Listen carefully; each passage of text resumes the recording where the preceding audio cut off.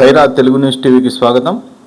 Nandyal R&B guest house నందు రాష్ట్ర రజక చైర్పర్సన్ శ్రీమతి శ్రీ సావిత్రి గారిచే ప్రెస్ మీట్ ఏర్పాటు చేయడం జరిగింది. ఈ ప్రెస్ మీట్లో ఆమె మాట్లాడుతూ రానున్న రోజుల్లో రజకులకు మంచి రోజులు వస్తాయని, 20 గ్రామాల్లో దోబిఘాట్లను పరిశీలించడం జరిగిందని, దోబిఘాట్లకు సంబంధించిన డబ్బులను 5 లక్షల నుండి 10 లక్షల వరకు పెంచడం జరిగిందని, ఏ ఊర్లో అయితే దోబిఘాట్లు లేవో అక్కడ రజకులు సంబంధిత అధికారులకు తెలియజేయాలని ఆమె చెప్పడం జరిగింది.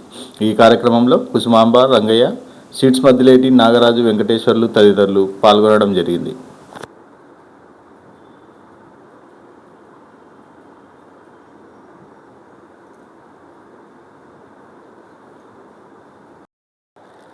ఈరోజు నంద్యాల జిల్లా పర్యటనలో భాగంగా నంద్యాలకు సంబంధించిన దాదాపు 20 గ్రామాలలో దోబిఘాట్స్ యొక్క పర్యటన చేస్తూ అక్కడున్న దోబిఘాట్ల రిపేర్స్ కానీ, కొత్త దోబిఘాట్స్కు కన్స్ట్రక్షన్స్కి కావాల్సిన విషయాలు కానీ అన్నీ మేము క్రోడీకరించి ఒక అప్లికేషన్స్ అనేది మేము తీసుకున్నాము.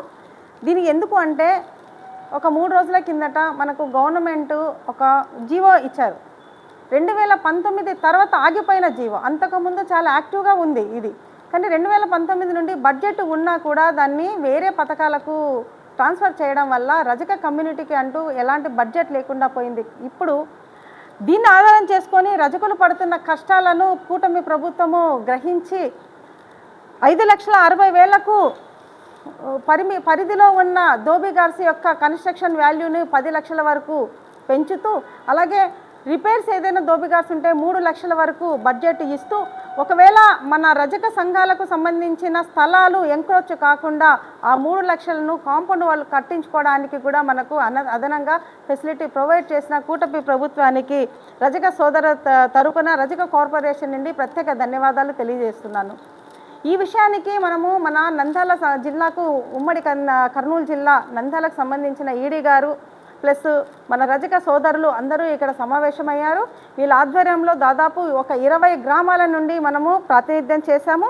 అలాగే ప్రతి ఒక్క రజక సోదరునికి తెలియజేయడం ఏమంటే, మనకు కూటమి ప్రభుత్వం ఇచ్చిన జీవో ఏదైతే ఉందో ఈ జీవోని ప్రతి ఒక్కరూ మీకు ఎక్కడెక్కడ ఏ ఊర్లో దోబిఘాట్స్ లేవు అన్న విషయాన్ని రజక సోదరులందరూ కూడా ప్రభుత్వానికి తెలియజేయవలసిందిగా కోరుతున్నాము.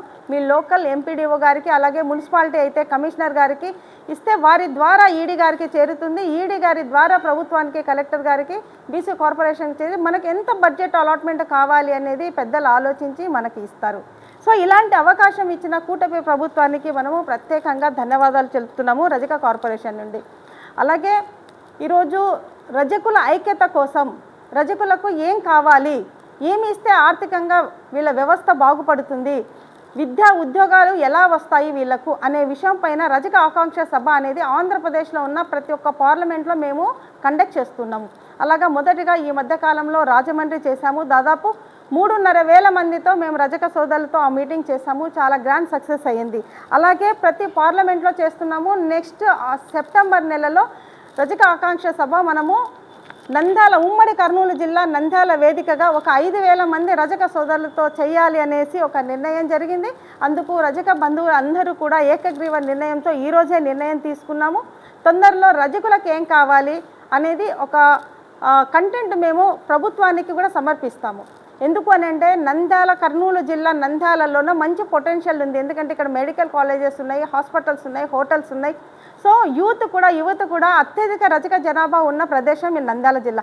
అందుకని ఇక్కడ అందరి ఆమోదయోగ్యంతో, అందరి సారథ్యంలో ఒక రజక మోడ్రన్ దోబిఘాటు పెట్టాలి అనే ఒక ఆలోచనతో ఏకగ్రీవ నిర్ణయం తీసుకొని ఆ నివేదికను ప్రభుత్వానికి మేము సమర్పిస్తాము.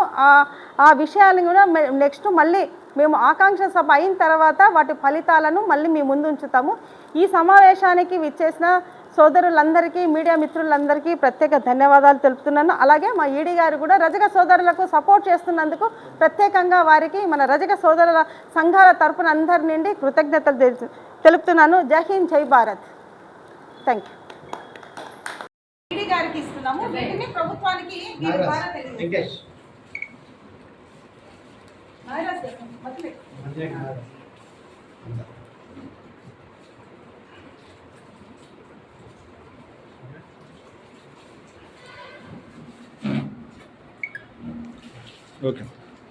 సత్యాన్ని ని లైక్ చేయండి, నీతిని షేర్ చేయండి. సైరా తెలుగు న్యూస్ టీవీని సబ్స్క్రైబ్ చేయండి.